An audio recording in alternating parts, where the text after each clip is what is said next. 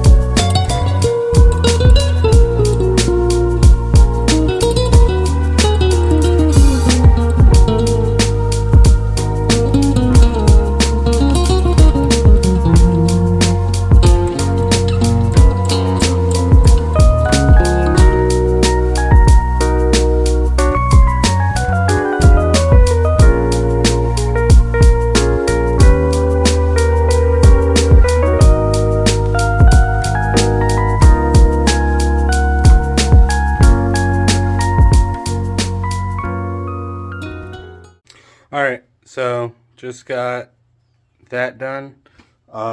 That's to like put our phones and stuff on while we, you know, in the bed and whatever. And I think what I'm going to do is right here, I'm going to cut out a hole to mount a receptacle that the wires will run to. But I just heard the delivery guy pull up, so I'm going to go grab our solar panels. Should be here. I'm gonna go get those and check those out. Alright, so I'm pretty excited. That's our solar panels. I'm bringing them back to, you know, where I be working at, so I can cut this pallet apart and check them, make sure none of them are broken. Because if they are, I have to drive all the way to Dallas to get some more, because I'm not paying for more shipping. But very excited.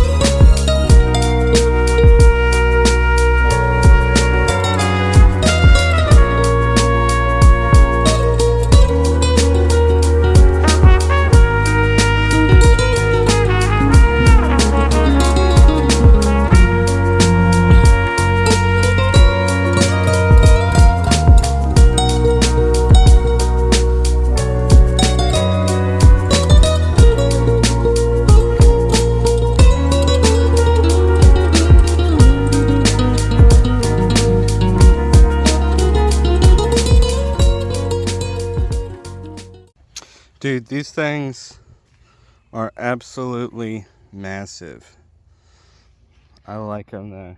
So it's I got 5. So there's 500 watt bifacial. Well, they're 400 watt bifacial with 500 watt capacity, whatever that means. Nobody knows how solar panels work. You know, you take sky juice, turn it into, I don't know, you can run your blender or something like that. That's what they say, at least. But yeah, these things look awesome. I love them. They're Hyperion 400 watt bifacial solar panels, if you're wondering.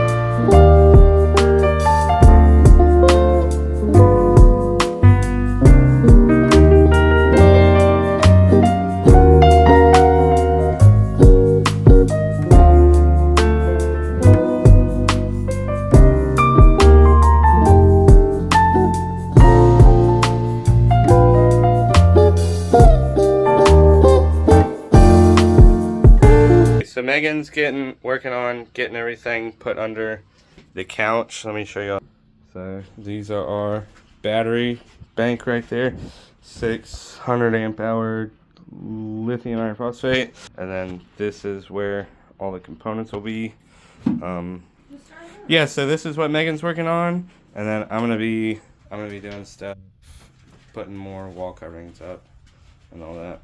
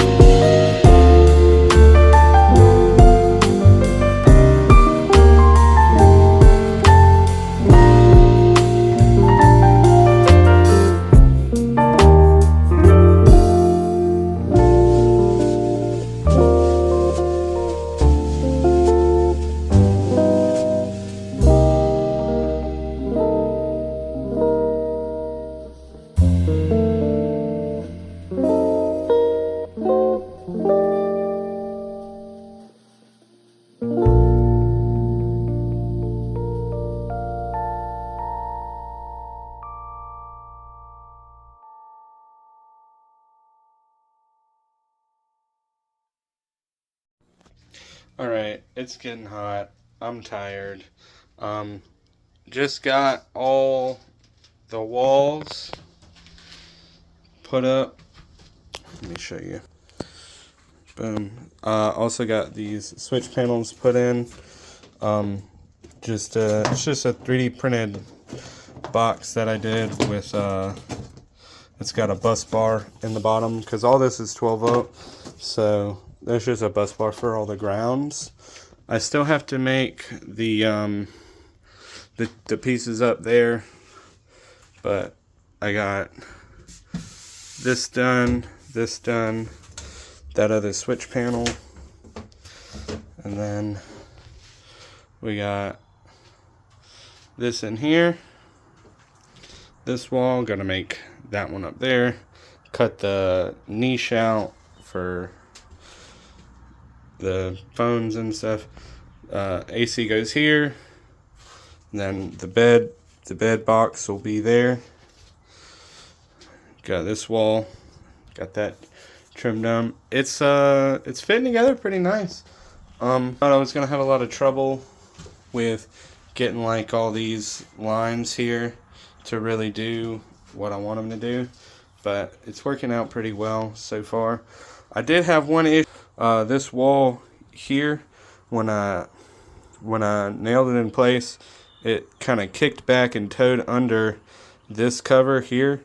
So I figured I'd get some expanding foam, but I went a little too hard with the foam.